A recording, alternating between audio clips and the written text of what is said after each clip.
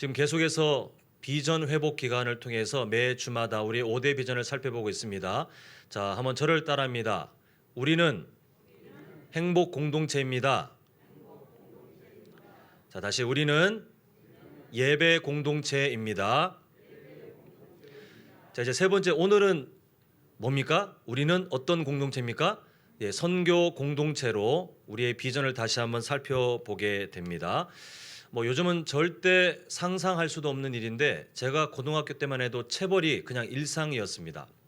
그래서 반 성적이 전체적으로 떨어지면 그냥 마대자루라고 하죠. 이게 바닥 닦는 그 마대자루가 부러질 정도로 전체가 다 맞는 일도 그냥 일상이었고, 그리고 어떤 선생님은 그때 제가 되게 충격적인 장면을 봤는데, 얼마나 화가 나셨던지 모르겠지만 저희 반 친구 하나를 멱살을 잡고 교탁에서부터 뺨을 치시는데, 계속해서 뺨을 치면서 교실 뒤쪽까지 계속해서 뺨을 치는 그런 일도 사실 아무런 일이 아니었던 그런 시대였어요. 어떤 선생님은 아이들을 체벌할 때 좀 독특한 방법을 쓰기도 하셨는데요. 교탁 위로 올라와서 신발을 벗고 무릎을 꿇게 한 다음에, 그러면 아이들이 다 보고 있잖아요. 그러면 그 아이가 정면을 보고 있으면 선생님이 뒤에서 30cm 자로 발바닥을 때리는 체벌도 있었고, 또 어떤 선생님은 그 체벌 도구를 좀 고급스러운 걸로 이렇게 갖고 다니셨던 것 같아요. 아주 예쁘게 한 요 정도 길이로 다듬어진 박달나무로, 지금도 저는 그 색깔이 잊혀지지 않는데 아주 반짝반짝 빛나면서 고급스러운 색깔로 된 박달나무 요 정도 되는 그 지휘봉 같이 된 걸로 그 손가락 끝을 이렇게 피게 한 다음에 그걸로 이렇게 때리시는 분도 계셨습니다. 그냥 저희가 살았던 그때는 아마 여기 더한 시대를 사신 분도 계셨지만, 체벌이 그냥 일상, 전혀 문제가 되지 않는 그런 시대를 제가 학창 시절로 보냈는데, 그런 시절 중에 좀 독특한 선생님 한 분을 제가 뵌 적이 있습니다. 이분은 체벌이 당연시 되던 그 시기에 아예 체벌을 안 하던 분이셨어요. 근데 학생들이 참 악한 것이, 욕을 하면서도 체벌하는 선생님은 좀 어려워하면서 이렇게 조심하는데, 이렇게 자기들에게 사랑을 베풀고 체벌하지 않는 선생님은 좀 우습게 여기는 경향이 있었어요. 그럼 화가 나실 법도 한데 늘 허허허 웃으면서 그냥 넘어가셨던 분인데요. 하루는 저희 반 친구가 너무나 궁금했던지, 선생님, 왜 선생님은 다른 선생님처럼 저희를 때리지 않나요? 라고 했는데, 이 선생님의 답변이 매우 간단했습니다. 뭐라고 했냐면, 왜냐하면 선생님 할머니가 세상을 떠나시기 전에 선생님한테 부탁하시기를, 너는 절대로 아이들 때리지 마라, 이 부탁 때문에 나는 너희들을 절대로 때리지 않아, 이렇게 말씀하시는데요. 그 단순한 답변이 지금 수십 년이 흐른 시간 가운데 저의 마음에 계속해서 이게 감동스러운 울림으로 남아 있는 것을 보게 됩니다.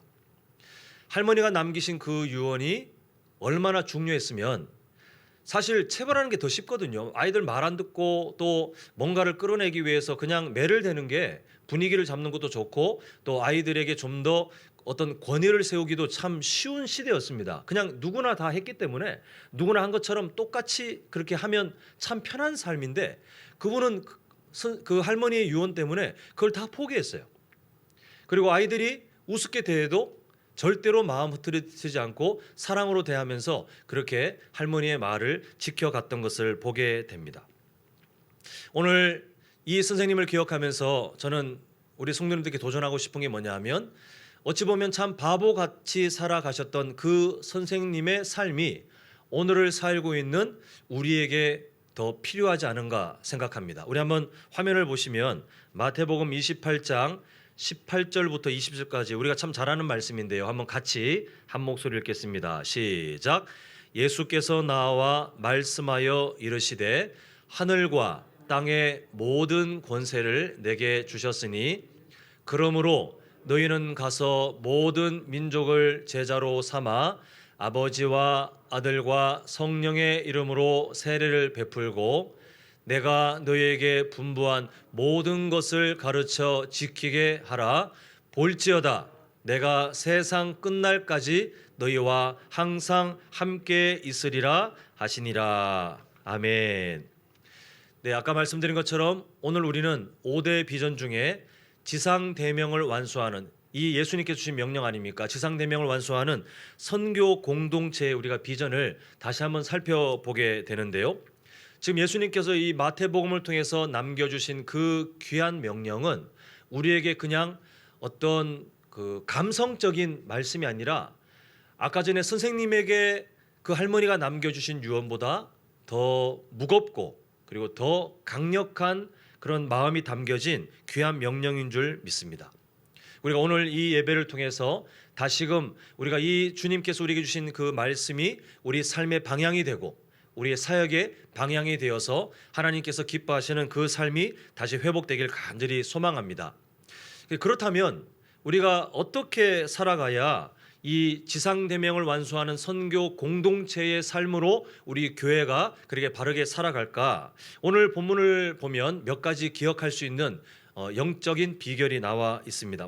워낙 유명한 사건이니 그 앞뒤 배경을 설명드리진 않겠지만 이 사건을 보면 참 고단하고 슬픈 한 사람의 삶 가운데 예수님의 그 기적들이 그리고 예수님의 그 사랑이 한없이 베풀어지는 것을 보게 되는데요. 근데 이 사건은 우연히 갑자기 어쩌다가 짝 일어난 것이 아니라 몇 가지 요소들이 합쳐져서 일어난 한 가지 중요한 사건인 것을 우리가 보게 됩니다. 그래서 우리가 오늘 말씀을 함께 살펴볼 때에 지상대명을 완수하는 선교 공동체가 되기 위해서 그러면 우리는 무엇을 기억해야 되는가? 우리가 여기에 주안점을 두고 함께 말씀을 살펴보겠습니다. 자, 한번 저를 따라합니다. 기적은 긍휼한 마음에서 시작됩니다.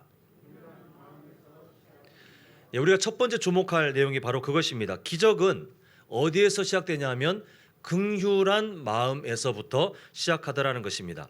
사실 오늘 그 사건 한 중풍병자가 낫게 되었다라고 하는 표면적인 이 사건을 한번 들여다보면 별로 중요하지도 않고 사실 성경도 그렇게 드러내지 않고 있는 한 부분에서부터 이 사건이 시작되는데 그것이 뭐냐면 이 4명의 사람이 한 중풍병자를 향한 긍휼한 마음을 먹었을 때부터 이 기적이 시작되었다는 것입니다. 우리 한번 18절을 보시면 이렇게 기록되어 있죠. 한 중풍병자를 사람들이 침상에 메고 와서 예수 앞에 들여놓고자 하였으나 라고 되어 있는데 한글 성경은 한 중풍병자라고 5글자로 끝나지만 사용된 문법을 보면 좀 더 이 사람이 겪은 인생이 좀 녹아 있는데요. 뭐냐 하면 오랜 기간 동안 정말 오랜 기간 동안 이 중풍병이라는 참으로 자신이 감당할 수 없는 이 질병으로 고통받았다는 이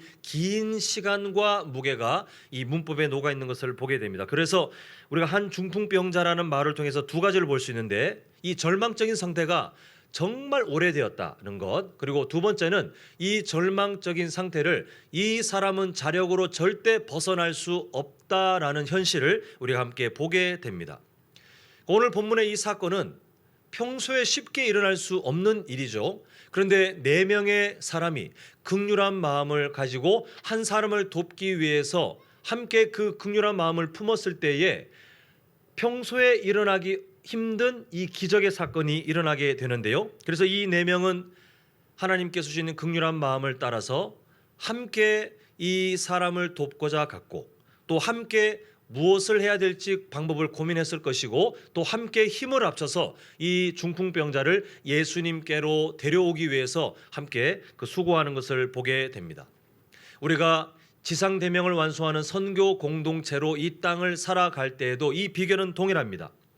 우리가 마음속에 한 사람을 향한 어떤 것을 고민하고 그 사람에게 관심을 갖게 되는 시작점도 바로 긍휼한 마음이에요.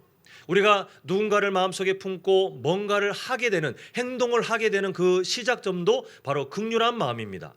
우리가 여러 일들을 감당할 때에도 절대로 마음이 흔들리지 않고 그 어떤 한 사람 또 한 지역을 품고 우리가 꾸준히 걸어가게 되는 출발점도 바로 이 긍휼한 마음, 한 영혼을 향한 긍휼한 마음에서부터 이 기적이 시작되더라는 것입니다. 그래서 사실 우리의 삶을 들여다보면 이미 우리가 이 은혜의 수혜자예요. 우리가 예수님을 그냥 믿었네, 아니면 어떤 상황 가운데 어떤 분들은 어릴 때부터 눈을 떠보니 정신을 차려보니 나는 이미 교회를 다니고 있었다. 모태신앙이라고 말하는 그 상황처럼 어떤 강압적인 아니면 자기가 선택하지 않았던 어릴 때의 그 분위기 속에 나도 모르게 그냥 교회를 다니게 되었다라고 생각하시는 분이 계실지 모르겠지만 성경은 그렇게 말하지 않고 있어요. 우리는 원래 본질상 진노의 자녀, 우리는 원래 저주에 속했고 원래는 우리에게 어떤 희망도 없는 그냥 망하는 인생이었다라고 말씀하고 있습니다. 그러나 하나님께서 창세 전부터 우리를 기억하셨고 우리를 향한 하나님의 그 섭리를 베푸셔서 우리는 그냥 어쩌다가 예수님 믿은 것 같고 누구를 통해서 나도 모르게 그냥 이 교회 문화에 스며든 것처럼 보이지만 하나님께서 우리를 먼저 선택하여 부르셔서 오늘 말씀을 통해서 보자면 하나님께서 먼저 우리에게 긍휼한 마음을 먼저 가지셨고 그 긍휼한 마음으로 우리를 당기셨기 때문에 우리는 지금 예수님을 믿는 사람으로 이 자리에 그 구원의 감격을 아는 사람으로, 그래서 우리가 아까 전에 찬양대 그 찬양 가사가 우리 삶 아닙니까? 이미 우리는 천국 백성이에요. 나중에 가서 천국에 가기 직전에 뚜껑을 열어보니 내가 천국일까 지옥일까 그때 가봐야 판별되는 것이 아니라 나에게 주신 예수님의 그 십자가 사랑이 너무 분명하여 우리가 누리고 있는 그 은혜가 너무 확실하여 우리가 의심할 바가 없을 정도로 너무나도 확증된 사랑인지라 우리는 이미 의인이고 이미 천국 백성으로 하나님께서 우리의 삶을 귀하게 만들어 놓으셨어요. 그래서 우리는 그 찬양 가사가 가능하지 않습니까? 그 어디나 무슨 나라예요? 하늘나라. 그냥 내가 감정적으로 만들어가지고 난 지금 힘들지만 하늘나라여야 돼, 하늘나라여야 돼가 아니라 가만히 생각해보면 지금까지 말씀드린 것처럼 나는 원래 저주의 존재였는데 어둠에 속한 인생이었는데 내가 뭐라고 하나님께서 독생자 예수 그리스도를 십자가에 죽게 하셔서 나를 살리셔서 나를 의인으로 삼으시고 나는 여전히 부족하지만 그 부족한 나의 삶에 근거를 두지 않고 예수님의 보혈에 근거를 두셔서 일방적으로 나를 천국 백성으로 삼아 주셨네. 우리가 이 구원의 은혜를 기억할 때마다 우리는 그 어디나 하늘나라예요.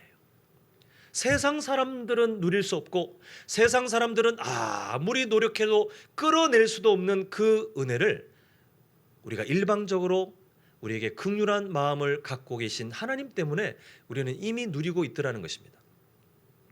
우리가 그렇게 먼저 나에게 긍휼한 마음을 가지셨던 사랑의 하나님 때문에 우리가 구원의 은혜를 누렸다면, 그 은혜를 이미 수혜자로 살고 있다면 우리는 이 땅을 살아가면서 예수님이 필요한 한 영혼을 향해서 긍휼한 마음을 먹어야 될까 먹지 말아야 될까 선택을 할 입장이 아니라 우리는 반드시 하나님의 그 긍휼한 마음을 닮아서 다른 한 영혼을 향한 긍휼한 마음을 반드시 먹어야 되는 우리는 사명자로 이 땅에 세워졌다라는 사실입니다. 우리가 지금 비전 회복 기간으로 삼고 있는 것은 무엇을 말씀드리는 거냐 하면 우리의 정체성을 좀 알자는 거예요. 그냥 교회 왔다 갔다 하면서 그냥 막연하게가 아니라 우리가 어떤 사람인지를 매주마다 한번 다시 꼭 확인하고 살자는 거예요. 그래서 우리가 첫 번째 가정을 회복시키는 행복 공동체, 우리는 교회를 통하여 우리의 가정이 다시 회복되고 복음으로 충만한 삶이 되기 위해서 꿈꾸는 그런 공동체가 되어야 되고, 우리는 또한 저번 주에 본 것과 같이 우리의 삶의 예배를 통해서 하나님을 영화롭게 하는 예배 공동체가 되어야 되는데, 이게 점점 그냥 나중에 선택사항처럼 그러면 선교 공동체, 복음을 전하고 이거는 하면 좋은 거고, 이게 아니라 변치 않는, 흔들리지 못하고, 그리고 우리가 선택할 것이 아니라 그냥 필수적으로 주어지는 우리의 정체성이 무엇인지 세 번째가 바로 복음을 전해야 되는 선교 공동체로 세워졌다는 것을 우리는 오늘 꼭 확인해야 되는데, 바라기는 우리 성도님들, 한 영혼이 구원받는 기적은 어디에서 시작된다고요? 우리 마음에서 먹어지는 긍휼한 마음에서 시작되는데, 이것은 우리의 선택사항이 아닙니다. 우리는 이미 그 하나님의 마음 때문에 구원을 받았기 때문에 마땅히 우리는 다른 사람에게 긍휼한 마음을 먹고 살아갈 것이 우리에게 주어지는 하나님의 사명인 것을 꼭 기억하셔서, 하나님께서 우리를 통해 일하실 그 기적의 현장들이 우리 성도님들의 긍휼한 마음에서부터 다시 확고하게 시작되고 또한 열매 맺히기를 간절히 소망합니다. 자, 두 번째, 한번 저를 따릅니다. 기적은 포기하지 않을 때 가까워집니다. 자, 지금 자력으로 예수님께 올 수 없는 이 중풍병자를 긍휼한 마음을 가진 4명의 사람들 때문에 이 사람의 삶에 변화가 시작되었다. 그전에는 절대 일어나지 않을 이 기적이 시작되었다는 것을 보았습니다. 그런데 우리 한번 18절 19절 연속으로 보시면 이렇게 기록되어 있습니다. 한 중풍병자를 사람들이 침상에 메고 와서 예수 앞에 들여놓고자 하였으나, 그 다음에 19절에 뭐라고 되어 있냐면 무리 때문에 메고 들어갈 길을 어떻게 돼요? 얻지 못한지라. 하나님께서 기뻐하실 긍휼한 마음이고 선택 아닙니까? 그러면 그냥 가만히 생각해 보면 하나님께서 강권적으로 역사하셔서 그 무리들이, 많은 사람들이 예수님을 둘러싸서 이 중풍병자를 메고 온 사람들이 들어가지 못하게 막을 것이 아니라 나도 모르게 막 길을 비켜주게 만들고 그냥 순조롭게 예수님을 만나게 해 주셔야 될 것 같지 않습니까? 그런데 길이 막혔어요. 긍휼한 마음으로 시작했는데 실패할 입장이 되었어요. 지금 어떠한 방법도 보이지 않는 그런 상황이 되었습니다. 그런데 이때 이 사람들에게 보여지는 놀라운 능력이 뭐냐 하면 포기하지 않는 마음을 이 사람들은 갖고 있더라는 것이에요. 이 사람들이 했던 그 일들은 참 무모하고 어찌 보면 누군가에게는 재산에 피해를 입힐 정도로 무모한 일을 하지 않습니까? 유대 문화상 그 우리나라와 다른 그런 지붕, 아주 약한 지붕을 갖고 있는 이걸 다 뜯어내고 갑자기 사람들에게 혼란을 주면서 중풍병자를 예수님에게 만날 수 있도록 한다는 것은 우리는 그냥 쉽게 읽지만 이 방법을 생각하는 것은 참 어려운 일이에요. 야, 기가 막힌 아이디어다가 아니라 무모하기 짝이 없고 참으로 미련하기 짝이 없는데, 중요한 게 뭐냐면 그렇게 해서라도 이 사람이 예수님을 만나야 한다는 이 포기하지 않는 마음, 긍휼한 마음에서 시작되어서 그러나 장애물을 만났지만 포기하지 않는 이 마음을 가진 4명의 사람들 때문에 이 중풍병자가 예수님을 만나게 되는 기적이 계속해서 더 가까워지게 이어지더라는 것입니다. 우리가 지상 4명을 완수하는 선교 공동체로 살아갈 때도 마찬가지예요. 우리가 한 번 마음을 먹을 수는 있어요. 긍휼한 마음을 한 번 먹을 수 있어요. 그래서 안 하다가 그 마음 먹었기 때문에 몇 번 기도해 볼 수도 있어요. 긍휼한 마음을 먹었기 때문에 우리가 안 해본 섬김을 몇 번 해볼 수도 있어요. 우리가 긍휼한 마음을 먹었기 때문에 그 사람들에게 용기를 내서 복음을 몇 번 전해볼 수도 있어요. 그런데 복음을 전하다 보면 반드시, 어쩌다가 아니라 반드시 장애물을 만나게 되어 있습니다. 순조롭게 내가 갔더니 이미 복음을 들을 준비가 돼서 막 사모하는 마음으로 나의 입만 쳐다보는 사람이 이 세상에 존재하지 않아요. 그게 원래 복음을 대하는 세상 사람들의 당연한 태도예요. 그리고 악한 마귀가 우리 성도님들께서 한 영혼을 향해서 긍휼한 마음을 먹고 다가갈 때 아이고 안 되겠네, 마음대로 하시오라고 두 손 두 발 다 들고 포기합니까? 아니요. 할 수 있는 한 방해하고 이제 거의 다 된 것 같은데 갑자기 돌아서고 그렇게 순조롭게 진행되는 것 같은데 갑자기 마음을 닫고, 이런 일들이 비일비재해요. 그때 우리가 할 수 있는 가장 쉬운 방법은 포기하는 것입니다. 이 정도면 됐지 뭐. 이 정도면 내가 충분하지 않았나? 이 정도면 하나님이 기뻐하지 않았나? 우리가 스스로 합리화할 수 있는 수만 가지 이유를 다 드러내면서 우리가 긍휼한 마음을 먹었던 그 우리의 한 모습을 포기하는 게 가장 쉬운 선택이에요. 근데 그렇게 포기하는 순간 어떤 일이 일어나느냐? 한 사람에게 영혼 구원의 기적이 일어나는, 우리가 오늘 찬양대 가사를 통해서 본 바와 같이 그 전에는 누릴 수 없는데 예수님의 십자가 사랑, 그 강권적인 사랑 때문에 그 어디나 하늘나라를 이미 약속받은 그 놀라운 삶이 이미 우리는 누렸잖아요. 그런데 우리가 포기하는 순간 그 사람에게는 다 날아가 버리는 거예요. 우리가 포기하는 순간 하나님께서 일하실 기적의 순간이 멀어져 버리는 것을 보게 됩니다. 그러니까 우리가 쉽게 생각하면 하나님께서 뜻하신 대로 다 하시겠죠. 우리가 아무것도 안 해도 하나님은 그 뜻하신 바를 다 이루시지 않겠습니까? 라고 쉽게 생각할 것이 아닙니다. 어찌 보면 하나님은 우리의 간절한 마음, 우리가 포기하지 않는 우리의 삶을 통해 누군가를 구원하시기로 작정하셨다면 우리는 그 삶에 반드시 순종해야 되는데 우리가 포기하지 않을 때 오늘 본문에서 일어났던 그 일처럼 그 누군가가, 때는 다 다릅니다만 그 누군가가 예수님을 믿고 주님 앞에 우리가 누리는 것처럼 그 어디나 하늘나라라는 고백을 할 수 있는 그 때는 반드시 일어나게 되는데, 우리 성도님들, 복음을 전하는 일에 정말 많은 어려움들이 우리의 안과 밖에서 일어나겠지만, 그러나 그 너머에 하나님이 미리 예비하신 놀라운 역사를 꼭 기억하셔서 어떤 상황이 오든지 포기하지 않고, 때로는 무모하고 때로는 미련하다 할지라도 하나님께서 역사하실 것을 기대하면서 그 일들을 향해 우리가 할 수 있는 모든 방법을 다 동원하는 믿음의 인내를 가지고 살아가시는 귀한 인생 되시길 간절히 소망합니다. 자, 세 번째 저를 따릅니다. 기적의 완성은 예수님께서 하십니다. 저는 이 세 번째가 가장 위로가 돼요.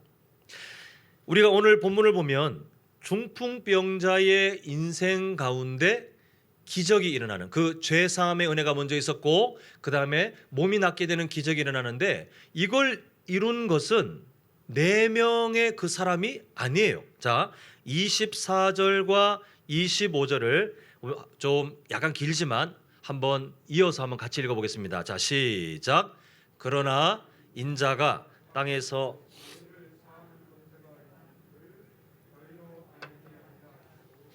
중풍병자에게 말씀하시되 내가 네게 이르노니 일어나 내 침상을 가지고 집으로 가라 하시매, 그 사람이 그들 앞에서 곧 일어나 그 누웠던 것을 가지고 하나님께 영광을 돌리며 자기 집으로 돌아가니라고 되어 있는데, 이걸 누가 그 기적의 마침표를 찍으셨냐 하면 예수님이세요. 만약에 이 중풍병자를 메고 온 사람들에게 예수님께서 너희들이 병을 낫게 해봐라, 너희들이 이 사람을 죄 사함을 한번 허락해봐라 한다면 실패예요. 불가능한 영역이에요. 근데 참 감사하게도 이 사람들은 그저 긍휼한 마음을 먹고 잠시 어려움이 있었지만 포기하지 않고, 사람들에게 욕을 먹었을 것 같긴 한데 무모한 방법이었지 모르겠지만 그 한 사람을 예수님께 만나게 하기 위해서 정말 고군분투했던, 거기까지가 이 사람들의 사명이에요. 그 한 사람이 죄사함을 받느냐, 병을 낫게 되느냐, 이것은 이 사람들이 책임질 일이, 또 책임질 수도 없는 그런 일이었습니다. 나머지는 다 예수님께서 하실 일이었어요. 우리가 지상대명을 완수하는 선교 공동체의 삶을 살아갈 때에도 동일한 우리의 안에 자유함과 그런 믿음이 꼭 있으셨으면 좋겠습니다. 우리를 잘 들여다보면 우리가 어떤 사람들입니까? 한 영혼을 구원할 만한 능력이 없어요. 한 영혼은 둘째치고 현재 우리는 우리 스스로도 내 코가 석자라고 말해야 될 정도로 연약한 사람들이에요. 우리가 다른 사람들에게 자, 나를 보시오, 예수님 믿고 나는 완벽하여 졌소라고 말을 할 수 없을 또 우리 성도님들의 삶 아닙니까? 우린 여전히 연약해요. 나의 인생도 어찌할 수 없는 그런 부족한 사람들이 무슨 다른 사람들에게 말로 아니면 내 삶의 뭔가로 그 사람들에게 영혼 구원을 이끌어낼 믿음을 만들어낼 수 있겠습니까? 불가능해요. 만약에 하나님께서 우리에게 그 책임을 물리신다면, 너 책임지고 저 사람 구원해놔, 너 책임지고 이 지역에 한 영혼 다 나를 믿도록 고백하도록 만들어 라고 하신다면, 우리는 모두 실패자이며 우리는 그 좌절 속에 신앙생활을 참 어렵게 해야 될 것입니다. 그런데 참 감사하게도 하나님께서는 우리에게 기적의 완성을 마치도록 책임을 우리에게 지우신 적이 없어요. 우리는 그저 뭡니까? 오늘 본문의 말씀처럼 긍휼한 마음을 먹고 다른 사람을 향한 우리가 할 수 있는 모든 행동들을, 때로는 어려움을 당하더라도 포기하지 않고 끊임없이 하나님께서 어떤 결과를 주시든 우리는 그때까지 그냥 끊임없이 낙심하지 않고 우리가 그 사명을 감당할 뿐이에요. 때로는 미련한 방법이 생각나더라도, 때로는 참 이렇게 해서 될까 싶을 정도로 우리가 계속해서 오랜 기다림이 있다 할지라도 그러나 포기하지 않고 그냥 그 사명의 현장에 우리가 충실하게 있는 것으로 충분하다라고 하나님은 우리에게 말씀하고 계십니다. 이게 얼마나 자유한지. 이것은 우리에게 참으로 위로와 소망이 되는 일인 줄 믿습니다. 만약 우리가 열심히 한 사람을 향하여 복음을 전하고 특히 우리 가족들 중에 예수님 믿지 않는 누군가를 향해서 지금도 눈물로 기도하시면서 엎드리시는 우리 성도님들 계신 걸로 알고 있는데 우리 성도님들의 인생 가운데 정말 빨리 그 일이 일어났으면 좋겠지만 그냥 예입니다. 근데 우리 성도님들이 나중에 하나님께서 정하신 연수를 다 채우고 세상을 떠날 때까지도 만약에 그 일을 눈으로 목격하지 못한다 할지라도 우리에게는 어떤 믿음이 있어야 됩니까? 하나님께서 하시면 된다라는 믿음이 꼭 있으셨으면 좋겠어요. 내가 뭔가를 이루고 내가 원하는 때에 그게 돼야 되고 이거는 사람 욕심입니다. 우리는 그저 복음을 뿌리고 섬기고 기도하고 거절당해도 또 다가가고 거절당해도 인내하고 포기하지 않고 할 수 있는 한 이 세상 사람들에게 미련하다고 욕을 먹을지언정 끊임없이 이 선교 공동체의 삶을 살기 위해서 우리는 묵묵히 주님께서 그 사람을 살리시든 아니면 내가 세상을 떠나든 둘 중에 하나는 오겠지라는 믿음으로 그냥 살아가는 중에 나머지는 누가 책임지시는 거예요? 하나님께서 책임지시는 거예요. 바라는 우리 성도님들 낙심하지 않으셨으면 좋겠습니다. 저는 하나님께서 어떤 일을 이루실 때에 40년이 걸린 것도 봤어요. 한 사람을 한 가정을 변화시키는데 하나님께서 40년 동안 인내하고 기도하게 하시는 일도 봤어요. 왜 그렇게 인내하게 하셨는지 모르겠지만 그건 하나님의 방법이신지라 우리가 할 말이 아니고 하나님께서는 그렇게도 길게 인내하게 하실 때도 있으니 조급하게 생각하지 마시고 뭘 해야 됩니까? 긍휼한 마음을 가지고 그리고 포기하지 않고 우리가 할 수 있는 모든 방법을 동원하여 하나님께서 우리에게 주신 사명을 잘 감당하시면 그때 하나님께서 하시는 말씀 잘하였다 착하고 충성된 종아. 하나님 저는 저 사람을 예수님 믿게 못했는데요. 하나님은 거기에 우리의 책임을 물지 않으시고 아니다 잘하였다 착하고 충성된 종아라고 우리 성도님들을 칭찬하시고 그 삶을 그대로 받으실 줄 믿습니다. 이제 말씀을 맺겠습니다. 우리는 지상대명을 완수하는 선교 공동체로 반드시 살아야 하는데 오늘 본문을 통해서 보았습니다. 자, 지금 세 가지 함께 보았던 제목이 쭉 나와 있는데 화면 보시면서 한번 연속으로 한번 읽어보겠습니다. 시작. 기적은 긍휼한 마음에서 시작됩니다. 기적은 포기하지 않을 때 가까워집니다. 기적의 완성은 누가 하십니까?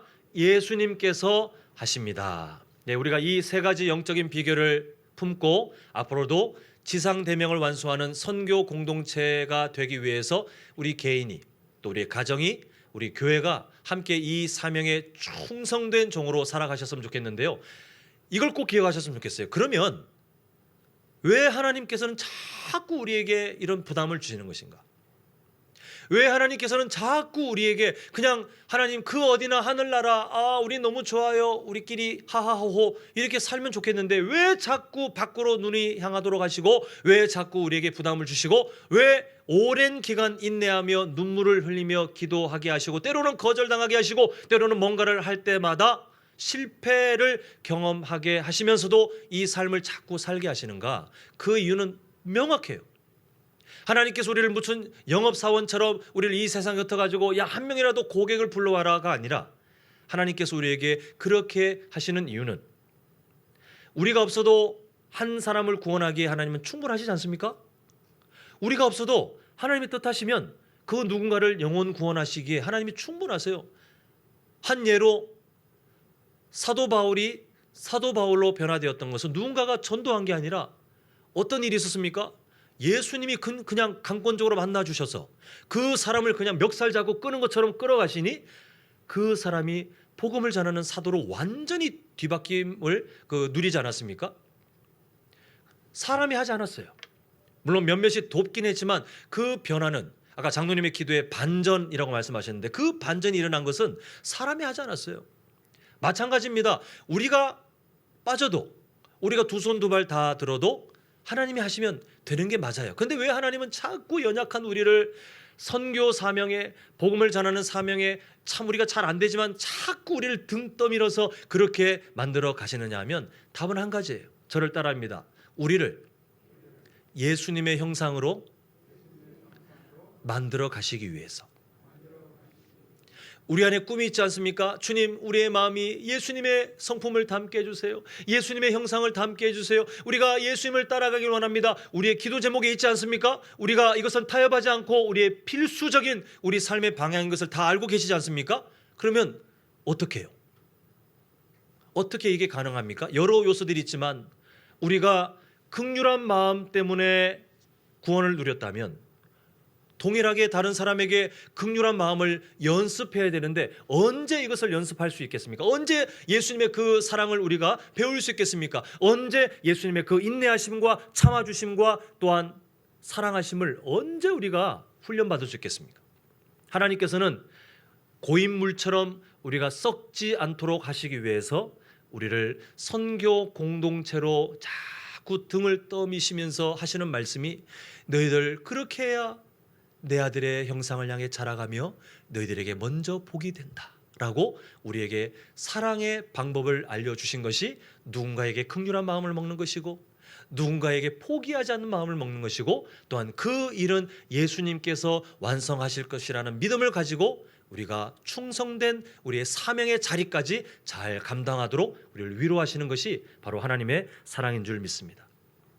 바라기는 우리 성도님들 이 세상 가운데 참 먹고 살기 바쁘고 신경 쓸 거 많고 또 우리 기도 제목에 여러 제목들이 있지만 절대로 한 영혼의 가치를 잊지 않으셔서 우리가 한 영혼을 위한 기도 제목들을 함께 만들어서 좀 품고 다니지 않습니까?